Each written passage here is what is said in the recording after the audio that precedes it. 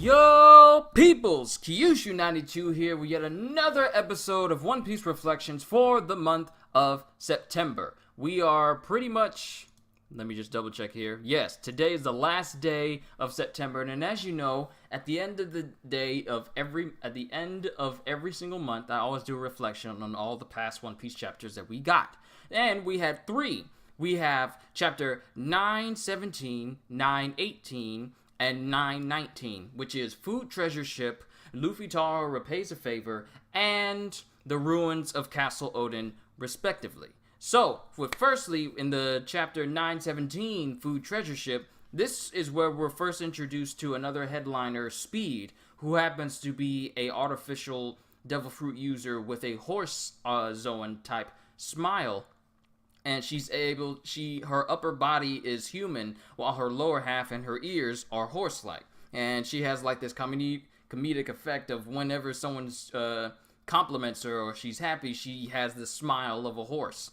But she's in charge of bringing in the Food Treasure Ship, which is essentially filled with fresh, perfectly clean, and perfect food from the farms that are, being run by Kaido's crew, and also the food that's only for the nobles. So all the freshest food, freshest water, fresh meats, fresh fruits and vegetables, all of that is just combined into one massive ship-like cart that only the nobles can have. And during this time, this is at the point, I got notes here.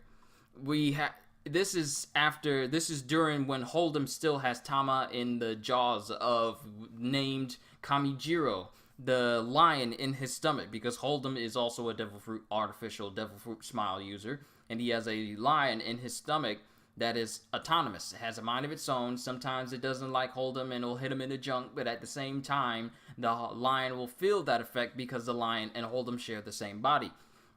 So it is also able to shoot fire out of its mouth. Very, very peculiar for it to be a lion that can shoot fire out of its mouth. But at this point, Hold'em is facing down both Luffy and Zoro and daring them to attack him.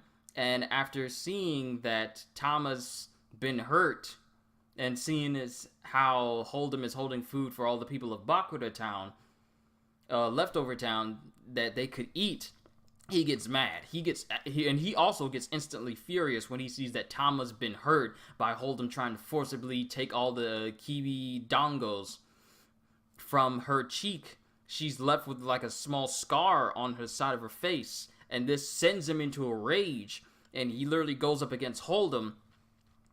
And when Hold'em tries to use Kamijiro's fire-breathing abilities to take down Luffy, Luffy just straight up one-shots him with Red Hawk. And in that instant, Hold'em and Kamijiro are completely knocked out, and Luffy saves Tama. And in the process, we also learned that before Hold'em is defeated, we learned that Jack the Drought, was actually rescued from the bottom of the sea, even though he was after Zoe completely bodied him and the rest of his crew during the whole Zoe arc. He was rescued and he returned to Wano like a couple of days before the Straw Hats got there, or at least Luffy and the rest of them that came from Whole Cake Island. And we find out that he's also the ruler. Hold on, I'm looking at this. Ruler of the Kuri region. He's the ruler of the Kuri region, and if anything happens to Hold'em, then Jack will be notified. So, with Luffy defeating Hold'em, it is only a matter of time before someone tells Jack that one of the headliners has been defeated. So, after Hold'em's been defeated, they take the Food Treasure Ship and they run off with it. But not before Tama takes Luffy actually suggests giving Speed one of Tama's Kibidongos, and in the process, she completely tames and makes subservient Speed. So this shows that it's not just regular animals that are affected. It is actually just animals and Zoan type devil fruit users, and that includes artificial Zoan type devil fruit users. So it makes me wonder how it'll affect regular Zoans and how it affects people who have artificial Zoan devil fruits. So Speed is pretty much at the mercy and beck and call for Tama and the rest of them as they steal the treasure ship and make their way out of town.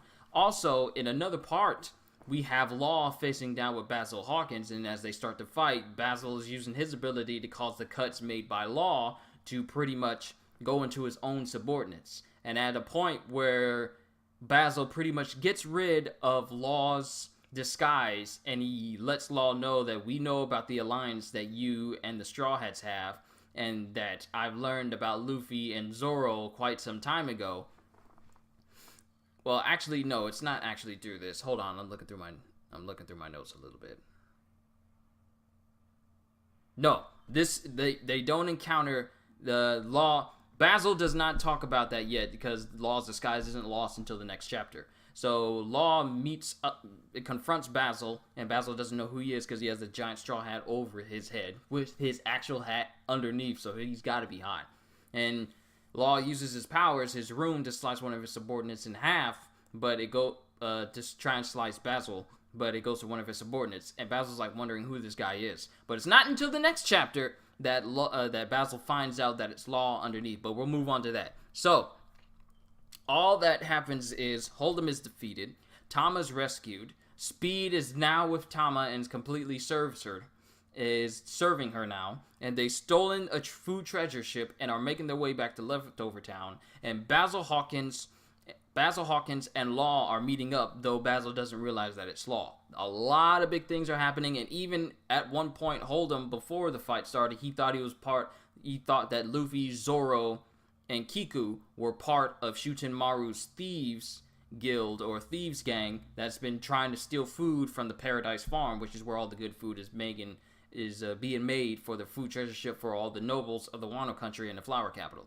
So that is 9:17. As we move on to 9:18, this is the Luffy Tar repays a favor. At this point, Speed has been completely tamed by Tama. Law and Hawkins are fighting each other, and this is where Basil finds out that it's Law underneath there, and he also lets Law know that he knows about Luffy and Law's alliance, and that he met up with Luffy and Zoro quite some time ago, and it won't be long before information gets to Jack about all that's transpired. As that happens, we find out that Hold'em's defeat has been reported to Jack. Jack knows now.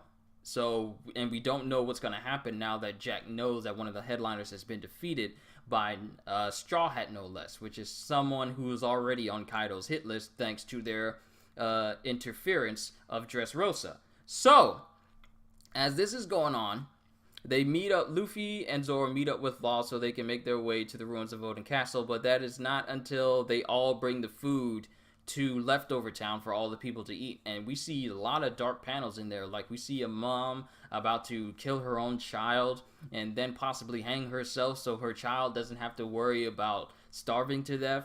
But Luffy and the rest of them, they pretty much just bring all the food back to Leftover Town for all the people who are starving, all the people who are pretty much been ousted as worthless and trash. They have like a giant ship full of food for all the people in Leftover Town. So now all the people of Leftover Town get to enjoy all the fresh, non-poisonous food that everyone's been enjoying. So after that's happened, they start to make their way towards they say they're going to meet up at the ruins of Oden Castle, and it's where Luffy is going to learn an unbelievable truth. And the last panel shows the gravestones of Momonosuke, Kinemon, Kanjuro, and Raizo, along with Kozuki Oden. The gravestones are sitting in the ruins of Oden Castle, and this baffled me for so long. I thought they were ghosts, but then that sort of got turned off-wise because... Oh yeah, I forgot your cookie. There you go, Dad. I'm sorry about that. Say hi to the peoples, Dad. Hey, people. We got some food, and I forgot to give him his cookie back when we got back home. Got chocolate chip cookie. Them chocolate chip cookies are good. But the ending of that panel confused me for so long because I was thinking, could they be ghosts? But then I started to think that, well, how can they have devil fruit abilities if they're ghosts? Because devil fruit abilities pass on to another fruit after the user of that devil fruit dies. So it would be impossible for them to still retain or even have the ability to have devil fruits after they've died, because that pretty much usurps the whole idea of devil fruit transference after a person's death. So it's not until the next chapter, chapter 919, where things get very interesting. So at this point, Tama returns home with Speed, and Speed is pretty much calling Tama her master now. And then we cut to the Wano Flower capital, which is where all the big nobles live, and we cut to a classroom, and at this point, Laws doesn't like the idea that they did a nice thing, that pirates doing good things just makes him sick, because all the people of Leftover Town are pretty much thanking Kiku, Zoro, Luffy, and Law for saving them and giving them fresh food so that they can live. I mean, they're pretty much thankful for it, and Law just absolutely hates that. But we cut to the flower capital, and we see kids in a classroom being taught by a lady with a snake smile, devil fruit, talking about the history and the reign of not Kozuki Oden. I'm talking under the reign of, what is his name? Name. Where is his name? Kurozumi Orochi. And they're praising the reign of Orochi and how Wano should stay closed and keep its borders closed. And they talk about 20 years ago how the Kozuki family was pretty much killed and burned alive.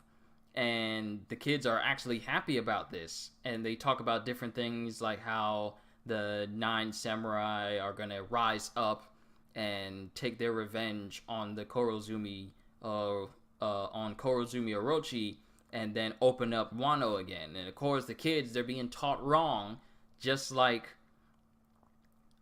it's like Dressrosa all over again. You got this big bad at the top of the castle telling people that this is how things are, only they don't have a mind-altering devil fruit user that is causing people to forget things that actually truly happen.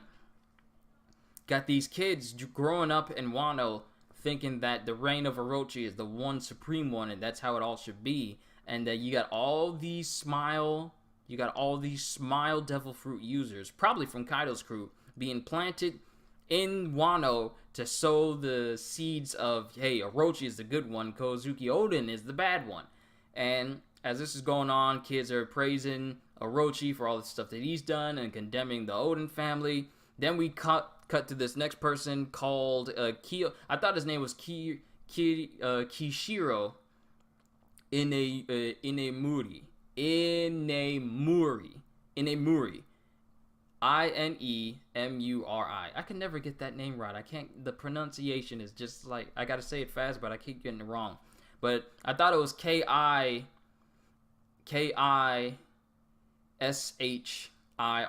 But it's Kyo. Kiyoshiro.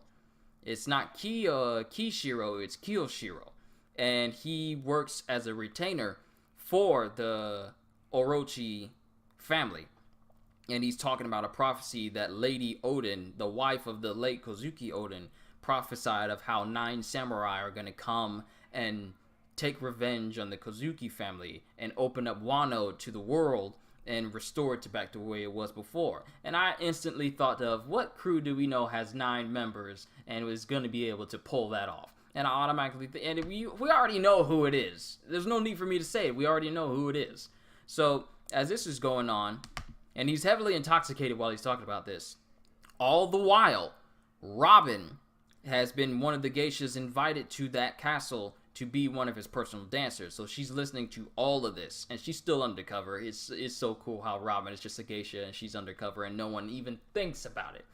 So after that happens, Luffy reunites with Kinemon, Momonosuke, and the group from the Thousand Sunny that were left, that he sort of got left behind from. That includes Sanji, Chopper, Brook, Nami, and Carrot. And they're all reunited, and as they meet up at the ruins of Oden Castle, we find Kinemon and Momonosuke there. I don't see Kanjuro and Raizo anywhere in that last panel. But we learned that the big truth that we are learning at the ruins of Castle Oden is Kiku, Kinemon, Raizo, Kanjuro, and Momonosuke are all from the past. They were sent 20 years into the future from their timeline in order to, well, they don't actually explain. They just say that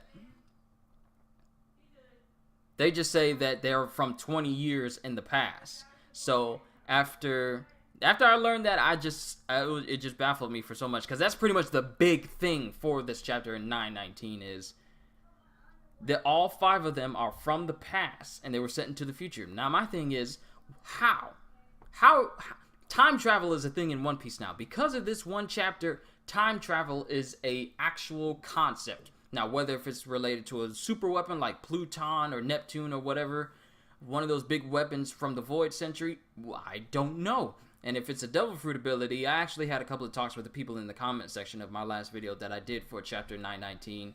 It would be kind of overpowered for a person to have an ability to have the ability to control time or send people in time. Now, whether it's a one-time use thing, I don't know. Whether it's an actual machine that does it, I don't know. But the concept of time travel in One Piece is a concept that I still cannot comprehend at this point. What does this mean for the rest of the story of One Piece?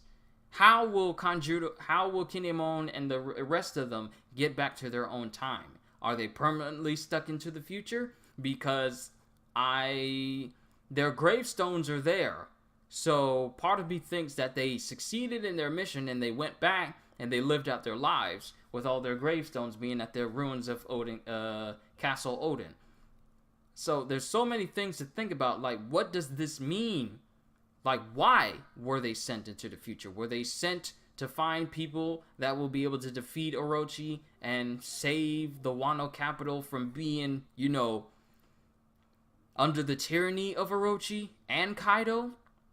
Is the 9 samurai that will come and defeat them the Straw Hats? There's so many things to consider. What role does Basil Hawkins and Law have to play, since they're pretty much added on to the rest of the crew?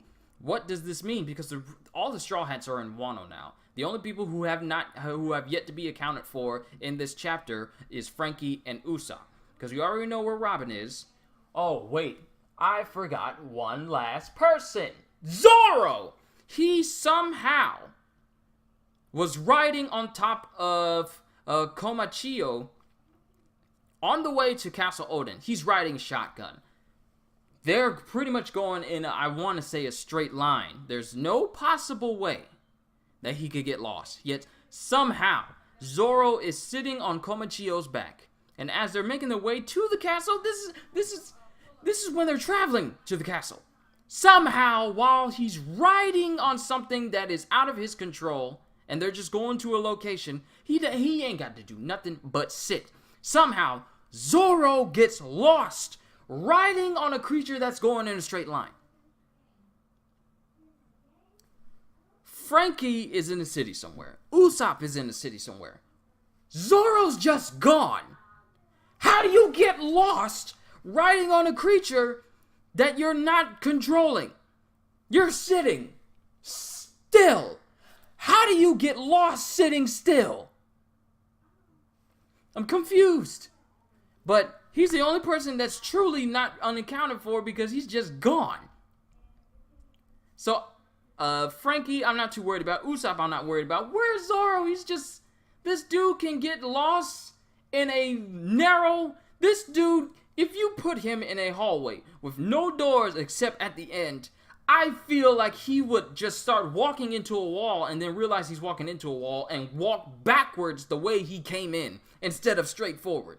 That's how bad his sense of direction is. Like, I remember in the anime when he was walking in a straight line alongside, I want to say either Sanji or Usopp, he was just walking straight with him and then just started turning in another direction, even though they're supposed to be going straight. Like, this dude's sense of direction is horrible. But there's just so much to take in from all these chapters. Chapters 17, 18, and 19. And we're not going on break this week. So that means that we're potentially going to be finding out why they were sent 20 years into the future, whether they can get back, what what does this mean? Because I also left Kiku out when I was mentioning all 4 of them, because Kiku's from the future as well, because she's well acquainted with Kinemon. And Kiku, along with Raizo, Kanjuro, Kinemon, and Momonosuke, all of them are from the past. So Kiku is also with that band. So she's with them. So what relevance that holds, I don't know. But hopefully that'll be explained in the next chapter. But this month, for the month of September, it's been amazing. There's so many things to consider. Like, time travel is now a new concept in One Piece. We don't know what it means. There's so many theories going around, but we don't know what it means. But let me know what you think about all 3 chapters that we got for this month. At least for us US people, we got 3 chapters for the month of September. But let me know what you think about these chapters as a whole, because there was just so much to take in. I mean, I'm still baffled at the fact that there's actual time travel. Like, this is a concept I never thought I'd see. Resurrection, people having superpowers, gods, people from the moon, the Void Century. What does that mean? Who is M? Who is M, the king of the world? There's just so many concepts that have been introduced in the past couple of months that it's a lot to take in. So, once again, let me know what you think about all these chapters that we got, and what this, and the steps that Oda's taking, like the direction that Oda's taking One Piece as a whole. Let me know what you think, because I want to know what you guys think about it so far. So, hope you all enjoyed. I can't wait to see you all in the next video. So, have a fantastic day. And once again, as always, later, peoples!